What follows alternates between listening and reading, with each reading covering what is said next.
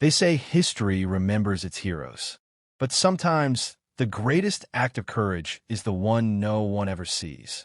My name is Vasili Arkhipov, and on a quiet day in October 1962, deep beneath the ocean, I stopped the world from ending.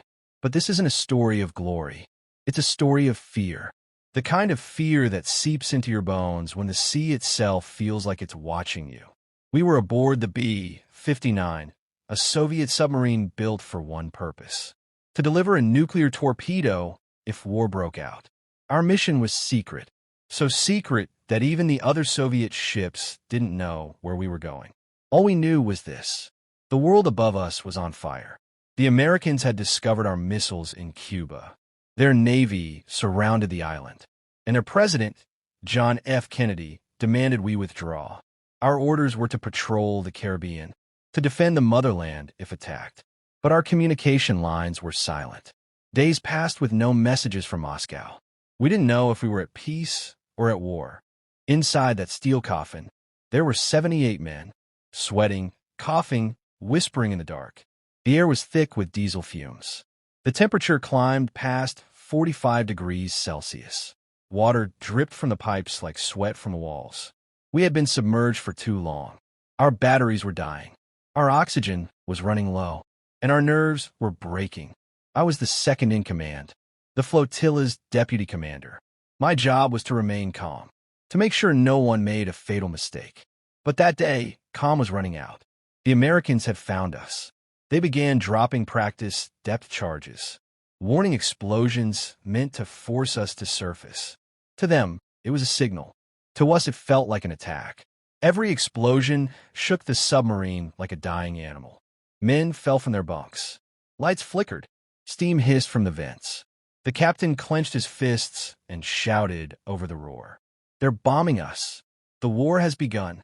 He turned to me, eyes burning with fury and fear, and said words I will never forget. "We will launch the nuclear torpedo." For a moment, no one breathed. That single torpedo carried the power of Hiroshima. If we fired it, the Americans would retaliate. And within hours, the world above would turn to ash. I felt the weight of the ocean pressing against the hull. Not just water, but the weight of millions of lives. I remember thinking, is this how humanity ends? In silence, underwater, unseen. In that darkness, I knew what had to be done. But standing between a furious captain and the end of the world would take more courage than any weapon could give. And I was just one man, one voice in a storm of chaos. But sometimes, one voice is all it takes. The captain's eyes burned with a fire I had never seen. Fear had sharpened him into something dangerous, something resolute. His hand hovered over the launch controls, trembling, but steady enough to destroy everything above us. He turned to the political officer, our commissar, and barked in Russian. "If we surface, we are dead. The Americans will kill us all. Fire now." The political officer nodded. The weight of ideology pressed down on him like the hull of the submarine. They were ready. And then they looked at me. "You are the flotilla commander," the captain said. "We cannot launch without you." I swallowed, my mouth dry. One word from me could tip the balance, tip the world into fire and ash. In that moment, the hum of the engines, the hiss of the vents, even the sonar pings felt louder. The ocean had become a cage. The world outside seemed fragile, distant, yet dependent on a single decision. I knew what had to be done. I had to stand firm. I had to say no. I stepped forward. My voice was steady, though my hands shook. "We do not fire. We surface. We await orders from Moscow." The captain froze. The commissar stared at me. A silence heavier than any depth charge filled the submarine. "You would defy orders?" the captain demanded. Rage and disbelief battled in his eyes. "Yes," I said. "I will not start a war we cannot survive. Not alone. Not here." The crew whispered, some in fear, some in hope. I could see the uncertainty in their eyes, the same fear I felt, the fear of death, the fear of responsibility, the fear of what might come next. Hours passed. Each depth charge, each thud of the ocean, was a reminder that the world above was watching, waiting, unaware of how close it had come to annihilate. In the end, my refusal was all that stood between humanity and catastrophe. The captain relented. The torpedo remained unlaunched. Slowly, cautiously, we began to ascend, each meter bringing us closer to sunlight, to life, to a world still whole. As I stepped onto the deck, the ocean vast around us, I felt a shiver, not of fear but of relief. The world still turned. Children were still laughing somewhere. Birds still sang, and no one knew that a single voice, mine, had held it all together. Sometimes courage is quiet. Sometimes the greatest act of heroism is unseen. And sometimes it is enough to say no. We surfaced. The sun cut through the horizon like a blade, illuminating the ocean, vast, endless, indifferent. Yet, beneath that light, I felt the weight of what we had done, or rather, what I had prevented. No one above knew. No one would ever know. The world kept spinning, blissfully unaware of how close it had come to the edge. And I carried the burden alone. Back in the Soviet Navy, life continued as if nothing had happened. Orders, drills, paperwork, the same routines. But everything had changed for me. Every face in the officer's mess, every glance from a colleague, felt like a question I could not answer. They called it duty. I called it survival of humanity itself. In the years that followed, I learned to live with the secret. I never spoke of that day beneath the waves. The world had no idea what hung in the balance. And yet, the silence was louder than any explosion I had ever heard. I watched the news. The world celebrated peace, avoided confrontation, claimed small victories and minor crises. Meanwhile, the reality of October 1962 stayed with me, a memory as vivid as the sonar pulses that haunted me in my sleep. I thought of the captain, still alive, still bound to his orders, still unaware of the humanity that had saved the planet. I thought of my crew, men who had trusted me, followed me into the depths of the unknown, and had survived by nothing more than a single voice saying no. There were nights I couldn't sleep, nights where I replayed the torpedo, the depth charges, the tension in that steel coffin beneath the ocean. The lives I could have ended, the millions I'd spared, all existed in the quiet corners of my mind. And yet, despite the burden, I knew one thing.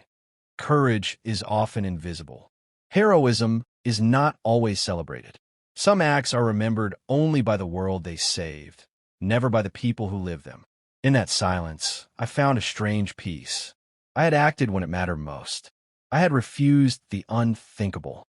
And in doing so, I had given the world a second chance, even if no one would ever know it was me who had done. The weight of silence is heavy, but sometimes it is the price of survival. And sometimes it is the only way to save the world. After the crisis, life returned to the routine of the Soviet Navy. Orders were followed, missions were planned, medals were awarded, and I remained invisible. Not because I wanted to be, but because the truth was dangerous. Some secrets, if revealed, could spark more chaos than they prevented. I watched my peers receive praise for acts they hadn't truly performed. I watched history write itself around the invisible line I had drawn under the ocean. And I said nothing, not a word. People asked why I didn't speak of that day. Some joked, some whispered. I simply smiled, the memory locked tight behind my eyes. There were times I wondered if my choice had been right. Could one man really prevent a war? Did courage matter if no one witnessed it? Even among my own men, I had to remain cautious. The captain, the political officer, the crew, all carried fragments of that October beneath the waves. And we all understood, without speaking, that some knowledge was too dangerous to share. I continued my career quietly. I trained younger officers, mentored men who would one day face impossible choices, and worked to ensure that the mistakes of the past would not be repeated. Recognition was never my goal. The lives saved were reward enough. And yet, there were moments when the weight of invisibility pressed on me. I would sit alone, looking at the stars above the ocean, thinking of the world I had returned to, a world ignorant of how close it had come to annihilation. Some call me a hero in whispers. Others never knew. And perhaps that was the truest measure of heroism, to act when no one is watching, to stand firm when all else trembles, and to live with the knowledge that the world continues because of a choice made in silence. History will not remember me, and that is all right. I did not save the world for recognition. I saved it because it had to be saved. Years passed. The Soviet Navy, the world, even I continued on. Life carried on as though October 1962 had been nothing more than a ripple in history. And in a way, that was precisely how it had to be. I grew older, watched younger officers take command, and trained the next generation to face impossible choices. I never sought accolades. I never asked for recognition. My satisfaction came from knowing that somewhere, millions of lives have been spared by a single moment of courage. Some wondered why I never spoke. Some insisted I deserved medals, ceremonies, praise. But heroism, I realized, is not always celebrated. It is measured in the quiet, in the choices that no one sees, in the lives that continue, because someone said no when it mattered most. I thought often about the B-59, about the captain, the crew, the tension that had stretched across the depths of the Caribbean. I remembered the terror, the fear, the weight of knowing the world could end with one push of a button. And I remembered how fragile humanity can be, and yet how resilient. In the end, my legacy was not in medals, nor in speeches, nor in the history books that never mentioned me. My legacy was life itself. The lives of millions who went on to laugh, to love, to dream. A world that could still hope. Perhaps that is all any of us can hope for. To act with courage, to make the choice that matters, and to carry the silence with dignity. To know that sometimes saving the world requires no applause at all. I am Vasili Arkhipov. I chose to say no, and because of that, the world lives to see another day.